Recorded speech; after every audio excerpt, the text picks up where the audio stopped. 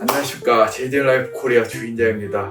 오늘은 제가 지금까지 탔던 JDM들을 한번 소개해 드릴까 하는데요. 원래는 제가 지금까지 탔던 차들을 한번 소개해 드릴까 했는데, 제가 지금까지 탔던 차들을 추려보니까 21대라 그냥 제가 지금까지 탔던 JDM들만 한번 소개해 드리는 시간을 갖는 걸로 하겠습니다.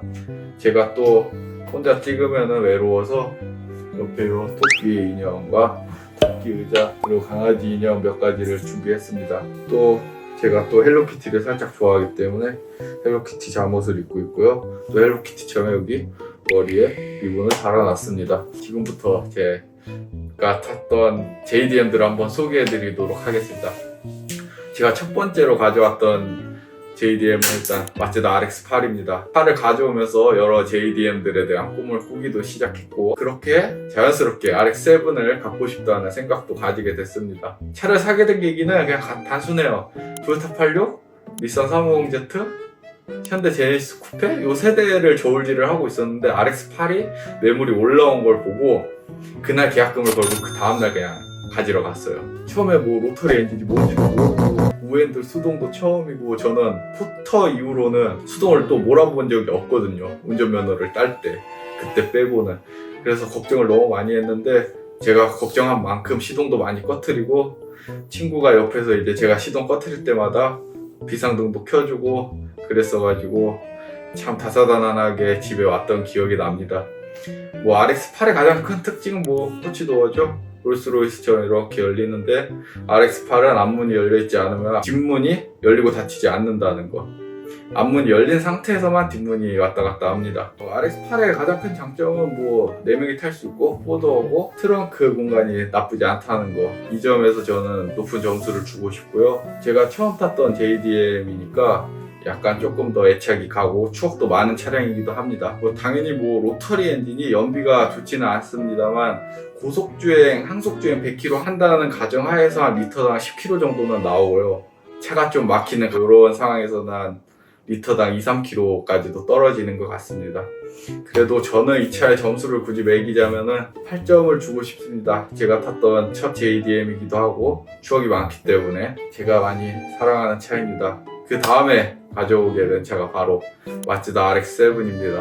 RX-7은 제가 분노의 질주 3편을 처음 보고 너무나도 갖고 싶었던 차인데 베일사이드 바디킷 가격을 보고 이거는 좀 아닌 것 같다 싶어서 그냥 저는 이제 이쁘게 순정으로 타야지 라는 마음으로 갖고 오게 된 차량인데, RX-7을 그냥 처음 본 순간 저는 이 정신을 잃고 말았습니다. 너무 아름다웠고 노란색에, 저는 이니셜 D를 전혀 보지 않았지만 노란색이 참 이쁘더라고요. 뭐 RX-7의 장단점? 그냥 RX-7입니다. 무슨 말이 필요하겠습니까? 저는 뭐 그냥 RX-7만 있으면 행복할 것 같습니다. 뭐 제가 RX-7을 뭐 많이 타고 돌아다닌 건 아닌데 그냥 길을 돌아다니다 보면은 횡단보도라든지 이제 꼬마 친구들이 이제 RX-7을 보고 되게 신기해하기도 해요. 그때 이제 제가 파블라이트를 올렸다 내렸다 해주면은 되게 좋아하는 아이들이 있는데, 그럴 때마다 약간 조금 뿌듯하기도 하고 아이들이 제 차를 좋아해 주니까 좀 기분이 좋고, 제가 또 이제 제 차로 인해서 누군가한테 행복을 줬다는 사실이 조금 기쁘더라고요. 뭐 RX-7 뭐 저한테는 무조건 만점인 차량입니다. 제가 그 다음에 가져온 차량이 미쓰비시 이클립스입니다. 사실 뭐 분노의 질주 1편에서 포로커가 처음 타고 나왔던 차량인데 그 점 때문에 산 것도 솔직히 있고요. 솔직히 아무 생각 없이 사오기는 했는데, 제가 샀던 이클립스는 전륜 터보 모델이었는데 그 한 20km에서 한 60km까지 가는 그 구간이 되게 빠르고 좋더라고요. 그 느낌은 되게 어떤 스포츠카보다 빠른 느낌? 체감상 그 가속이 되게 빨랐어요. 제가 사단 오토미션을 별로 좋아하지 않는데도 그 구간의 그 매력 때문에 가끔 집 앞에 돌아다닐 때 탔던 기억이 납니다. 장점, 단점은 뭐 뒷자리 있는 걸 되게 좋게 봤고, 트렁크도 약간 패스트백 스타일로 열리기 때문에 짐도 잘 실리고 차량 그 뒤 쉐입도 되게 이뻐서 저는 그래도 관상용으로도 되게 좋았던 차량이었던 것 같아요. 점수는 뭐 한 6점 정도 주고 싶습니다. 4단 오토인 게 너무 큽니다. 수동이었으면 훨씬 더 높은 점수를 주고 싶은데 말이죠. 그 다음에 제가 데일리로 타겠다고 마음을 먹고 갖고 왔던 차가 렉서스 IS200 차량입니다. 사실 이 차량도 오토 4단이라 너무 답답합니다. 그래도 2000cc 6기통이기 때문에 배기음은 그래도 나름 좋은 편에 속하는데 저는 4단 오토 알레르기가 있습니다. IS200에서 감염된 것 같아요. 너무 힘듭니다. 4단 오토 100km 항속 주행할 때도 RPM이 너무 높고요. 저는 그냥 IS200은 그냥 이쁘게 꾸며서 알테자 룩으로 타는 차량이 맞는 것 같아요. 그래도 제가 좋아하는 4도어 세단의 형태, 트렁크도 괜찮고 데일리로 타기 나쁘지 않은 생김새를 갖고 있기 때문에 저는 뭐 점수 주자면 한 6점 정도 주고 싶습니다. 연비가 그렇게 막 엄청 좋지는 않았어요. 그 다음에 제가 탔던 차량이 도요타 MRS인데요. 사실 이 차를 사고 나서 제가 차량을 바라보는 시선이 180도 달라졌습니다. 제가 지금까지 탔던 어떤 차보다 순수한 그 드라이빙 재미는 이 차를 이길 수가 없어요. 제가 뭐 슈퍼카도 타보고 여러 가지 스포츠카를 타보기는 했지만 이 작고 가벼운 경량 스포츠카의 맛을 제대로 알아버려가지고 MRS 타시면 다들 깜짝 놀라실 겁니다. 타보신 적 없으시면 지금 당장 매물 찾아보셔갖고 그냥 바로 사러 가세요. 한 바퀴 딱 돌고 오시면은 사길 잘했네 이 소리 무조건 나오실 겁니다. MRS를 사게 된 이유는 간단해요. 다니고 있는 튜닝샵 사장님이 MRS가 최고다 너무 좋다 하셨는데 저는 뭐 작고 그런 차를 별로 안 좋아했기 때문에 그냥 반신반의하고 그냥 아무 생각 없이 흘려보냈는데 그러다가 MRS 한번 사볼까 하고 샀죠.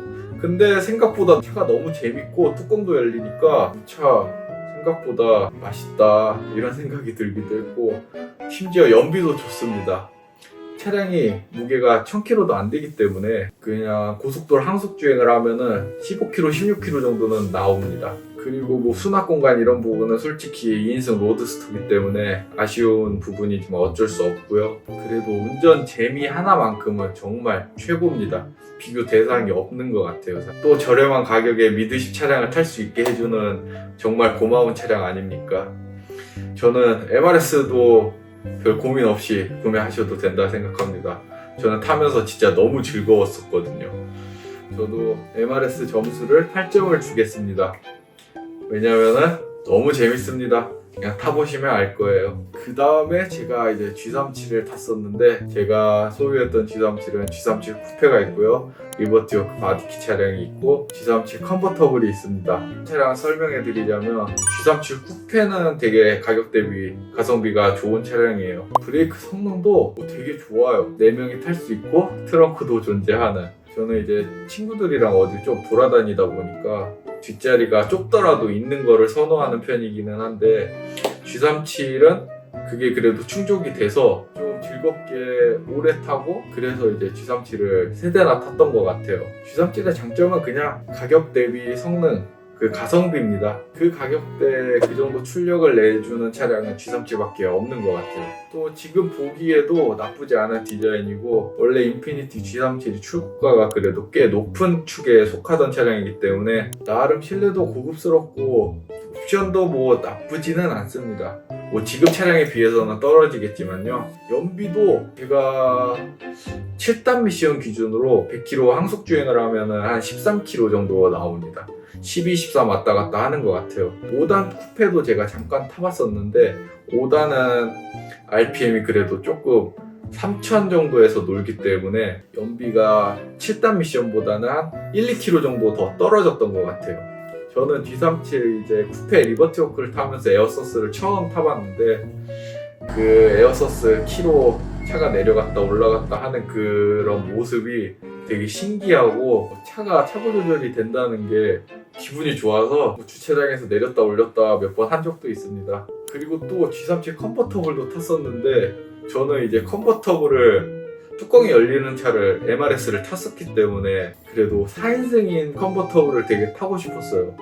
또 일본 브랜드의 차를 타고 싶었었기 때문에 선택지가 사실 G37 컨버터블 말고는 없었습니다. 그래서 G37 컨버터블을 가져오게 됐고요. 쿠페랑 컨버의 가장 큰 차이점은 뭐 뚜껑이 열린다 요거 차이도 있지만 뒷자리 각도가 컨버터블은 거의 90도입니다. 그래서 뒤에 사람을 태웠을 때 쿠페보다 조금 더 불편해하고요. 헤드룸 같은 경우에는 컨버터블은 뚜껑을 열면은 헤드룸이 무제한이기 때문에 뒤에 탄 친구들이 이럴 바에는 그냥 뚜껑을 열어달라 애원을 한 적도 있을 정도로 저는 오픈을 좀 많이 하고 다녔어요. 겨울에도 그냥 오픈을 하고 뒤에 사람을 태우고 좀 돌아다녔었는데 저는 추워서 못할 것 같은데 정작 뒤에 탄 친구들은 또 나름 그렇게 춥지 않다라는 말을 해서 저는 믿지는 않습니다. 앞에 타도 솔직히 전 추웠어요. 그래가지고 G37의 점수 굳이 매기자면 저는 7점 주겠습니다. 요 정도 가격에 요 정도 퍼포먼스, 요 정도 재미를 주는 차량은 사실 이 차가 거의 유일하지 않나 싶을 정도로 가성비가 좋기 때문에 저는 재밌게 타고 앞으로도 G37 쿠페를 한 대 정도 더 타고 돌아다니고 싶습니다. 되게 편하고 컴포트해요. 그 다음에 사오게 된 차량은 뭐 사실 G37에서 껍데기가 조금 커진 차죠. M37이라는 차량이었는데 제가 데일리로 탈 차량이 없어서 급하게 그냥 글이 올라온 걸 보고 시운전 5분 정도 해보고 사온 차량인데 큰 기대는 별로 없었거든요. 근데 뒷자리가 리클라이닝 되고 이런 부분이 그래도 조금 대형차는 다르긴 다르구나. 그냥 평상시에 운전을 할 때도 훨씬 정숙하고 승차감도 좋았기 때문에 이래서 대형차를 타나? 그런 생각에 대형차에 살짝 빠지게 되는 계기가 됩니다. 연비는 뭐 G37보다 조금 더 무겁기 때문에 1kg 정도 떨어졌던 것 같고요. 대형 세단의 맛을 살짝 보고 나서 렉서스 LS430이라는 차량을 사오게 됩니다. 그 차량을 사오기 전에 글을 조금 뒤져봤었는데 그 몇몇 분들이 뭐 달리는 도서관이다 이런 말들을 하셔가지고 차가 조용해봤자 뭐 얼마나 조용하겠어, 차가 편해봤자 뭐 얼마나 편하겠어, 이런 생각을 가지고 있었는데 LS430을 가지러 가서 시동이 걸려있는 줄도 모르고 시동을 한 번 더 걸었어요. 그만큼 조용했고 그냥 차 문이 닫히면은 그 안에서는 저만의 공간이 펼쳐집니다. 저는 차가 그렇게까지 조용할 수 있다는 걸 그때 느꼈어요. 제가 제일 크게 느꼈던 순간이 선거철에 보면은 선거 유세 차량들이 있잖아요. 노래도 틀어놓고 막 말도 막 하시는데 선거 유세 차량을 지나가면서 요즘은 뭐 노래를 틀거나 뭐 말을 안 하나? 싶어서 창문을 내렸었는데 노래랑 사람들이 말하는 게 나오고 있더라고요. 그러고 창문을 닫으니까 또 그 소리가 안 들려요. 약간 과정이 보태진 것 같다 느끼실 수도 있는데 진짜 차량이 너무 조용합니다. LS430이 플래그십 차량이고 슈퍼 드리븐에 가까운 차량인데 제가 직접 그냥 데일리로 타고 다녔음에도 불구하고 되게 편하고 2003년식인데도 불구하고 열선 시트, 통풍 시트 요런 요즘 차에 들어갈 만한 옵션들도 몇 가지 있어서 되게 신기했던 기억이 있습니다. 통풍 시트가 2003년도 차량이 있었다는 건 전 살짝 충격이었어요. 제가 지금까지 탔던 차량들 중에서 통풍 시트가 있는 차량은 몇 대 없기 때문에 여름에 요긴하게 썼습니다. 저는 기회가 되면 후기형을 한번 사서 타보고 싶기도 해요. LS430 제 점수는 7점 주겠습니다. 그리고 제가 지금까지 탔던 JDM 중에 마지막 차량은 GS300입니다. 가장 최근에 영상으로도 올렸던 차량인데 솔직히 생각 없었어요. 근데 어쩌다 보니까 저한테 와 있더라고요. 어쩌다 보니 제 손에 들어와서 타게 됐는데 렉서스 세단들은 전체적으로 그냥 컴포트합니다. 나쁘게 말하면 심심하고 좋게 말하면 무난한 그런 포지션을 가지고 있는 것 같아요. 그래서 저는 사실 렉서스란 브랜드가 살짝 저랑은 조금 안 맞는 느낌이기도 한데 또 이만한 차량이 없는 것 같기는 합니다. 지금까지 렉서스 차량을 탈 때마다 되게 마음이 편했고 뭐 문제가 크게 생긴 적도 없었어요. 믿음의 렉서스라 해야 되나? 뭐 믿음의 도요타라 하는 게 맞겠지만 렉서스 최고인 것 같습니다. GS 5단 미션이긴 하지만 뭐 고속도로 정속 주행하면 한 10km 정도 나오고 그냥 무난무난하게 입문용으로 타기도 나쁘지 않은 차량인 것 같아요. 고장도 안 나고 터보는 아니지만 2JG도 들어가 있고 봐줄만하게 생긴 것 같아요. 물론 순정은 좀 못생긴 것 같긴 하지만요. 그래갖고 뭐 저는 GS300은 뭐 한 6점 정도 주고 싶습니다. 제가 순정 상태 차량을 타보지는 못했지만 GS300 정도면은 지금 현재 시점 기준으로 나쁘지 않은 가치를 갖고 있다 생각을 합니다. 그 다음에 제가 샀던 차량이 닛산 큐브인데 큐브 이 차량은 진짜 큐브 한번 타볼까 싶어서 그냥 아는 동생이랑 아는 형이랑 햄버거를 먹고 있었는데 그냥 뭐 갑시다 해서 그냥 갔어요. 장거리기는 했는데 제가 어디인지는 말을 안 해줬었기 때문에 그냥 순수히 따라와 주셔서 차를 편하게 갖고 왔던 기억이 있습니다. 닛산 큐브 연비도 나쁘지 않고요. 일단 박스카기 때문에 수납 공간도 장난 아닙니다. 뒷자리에 폴딩도 되기 때문에 어지간한 세단보다는 실내 공간도 넓고 저는 그때부터 박스카의 매력을 알게 됐습니다. 트렁크도 또 일반 차들처럼 위로 열리는 게 아니라 옆으로 열리기 때문에 짐을 싣거나 이럴 때 조금 더 편한 것 같아요. 오히려 냉장고 문 열듯이 열리는 방식이 되게 편하더라고요. 근데 이제 주차장 같은 데서 열 때는 아무래도 위로 열리는 차량들보다는 뒤에 공간이 조금 더 필요하기는 하겠죠. 제가 탔던 건 2세대이기도 한데 우엔들 차량이었고 그 조수석과 운전석에 걸리는 부분이 없습니다. 예를 들어서 운전석 쪽으로 차를 벽에 바짝 대고 조수석 쪽으로 내릴 때 불편하지 않게 그냥 왔다 갔다 할 수 있는 그런 편한 포지션을 가지고 있고요. 저는 좋았던 게 제가 키우는 강아지를 옆에 태우고 운전을 할 때 센터 콘솔이 없기 때문에 운전을 하다가 중간중간 신호가 걸리면 강아지 케어하기도 편하고 평상시에 타고 내리기에도 불편함이 없었기 때문에 저는 8점 주겠습니다. 연비도 좋고 차 자체의 거주성도 좋기 때문에 이 차 데일리로 타시는 거 추천드려요. 저도 데일리로 운영을 했었고 그냥 데일리로 무난무난하게 남성분들이든 여성분들이든 타기 나쁘지 않은 차량인 것 같아요. 부속도 싸고요. 폐차도 좀 있기 때문에 유지보수 면에서는 크게 어려움이 없다고 생각이 듭니다. 제가 지금까지 탔던 차량들을 여러분한테 설명해 드렸는데요. 저도 조금 더 상세하게 설명을 해드리고 싶은데 너무 깊게 파고들면 영상의 길이가 너무 길어질 것 같아서 나중에 기회가 되면 따로따로 자세하게 차종별로 설명을 드릴 수 있으면 좋을 것 같아요.